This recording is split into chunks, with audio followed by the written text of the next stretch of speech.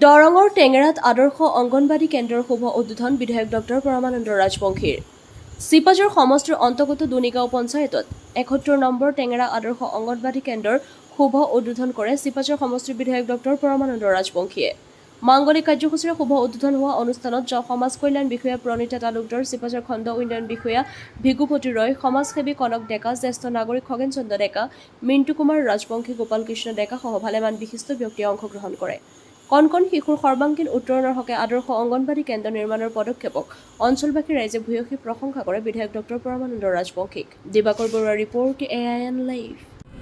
অসমৰ তথা ভাৰতৰ প্ৰাথমিক শিক্ষা কেন্দ্ৰৰ যিটো নেকি প্ৰাক স্তৰ, সেই স্তৰটোৰ ছাত্ৰ ছাত্ৰী অৰ্থাৎ দেৱ শিশুসকলৰ কাৰণে আমাৰ ভাৰতৰ প্ৰধানমন্ত্ৰী নৰেন্দ্ৰ মোদী ডাঙৰীয়াৰ যিটো নেকি সপোন, সেই সপোন পূৰ্ণ কৰিবৰ বাবে আমাৰ ডক্টৰ হিমন্ত বিশ্ব শৰ্মা ডাঙৰীয়াই আমাৰ যি নেকি শিশু কল্যাণ বিভাগৰ জৰিয়তে বিশেষকৈ আমি সকলোৱে জানো যে অজন্তা নেওগ ডাঙৰীয়ানীৰ নেতৃত্বত এলানি অংগনবাড়ী ঘৰ নিৰ্মাণৰ যি এটা প্ৰস্তাৱ লৈছিল আৰু সেই প্ৰস্তাৱৰ ফলস্বৰূপে আজি প্ৰায় ৩ বছৰ ধৰি আমাৰ চিপাঝাৰ সমষ্টিত কমেও আমি ১০০টাৰো অধিক আমি অংগনবাড়ী নিৰ্মাণৰ কাৰণে যথাবিহিত ব্যৱস্থা হাতত লৈছোঁ আৰু তাৰে আৰু কেইবাটাও অংগনবাড়ী সম্পূৰ্ণ হ'বলৈ বাকী আছে আৰু তাৎপৰ্যপূৰ্ণভাৱে আৰু কিছু অংগনবাড়ী ইতিমধ্যে আমাৰ চিপাঝাৰ সমষ্টিৰ কাৰণে আবণ্টন হৈছে আৰু সেইবিলাকো এতিয়া সুন্দৰভাৱে যদি আমি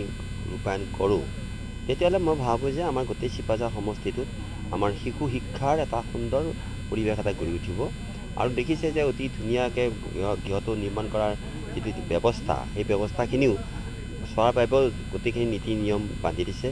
গতিকে আজি ইয়াত এইহেন একেবাৰে পশ্চিম আমাৰ চিপাঝাৰ সমষ্টিত এই যিটো এলেকা পশ্চিম দৰঙৰ এইটো এলেকাত এইহেন এখন অংগনবাড়ী, ইয়াত ছাত্ৰ ছাত্ৰীও বেছি আছে। গতিকে সেয়া আজি মুকলি কৰিলোঁ টেঙেৰা আমাৰ ৭১ নং টেঙেৰা আদৰ্শ অংগনবাড়ী কেন্দ্ৰ।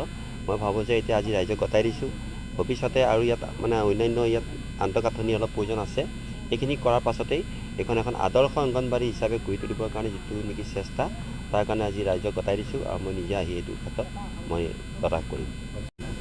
আগতে ভোটাৰ আছিলোঁ, নতুন যে এতিয়া গম পাওঁ কোনে ক'ত কি ধৰণে কাম কৰিব লাগে।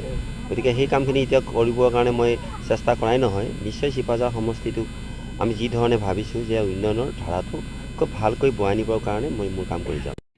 যিকোনো খবৰ বিজ্ঞাপনৰ বাবে যোগাযোগ কৰক 7896121996।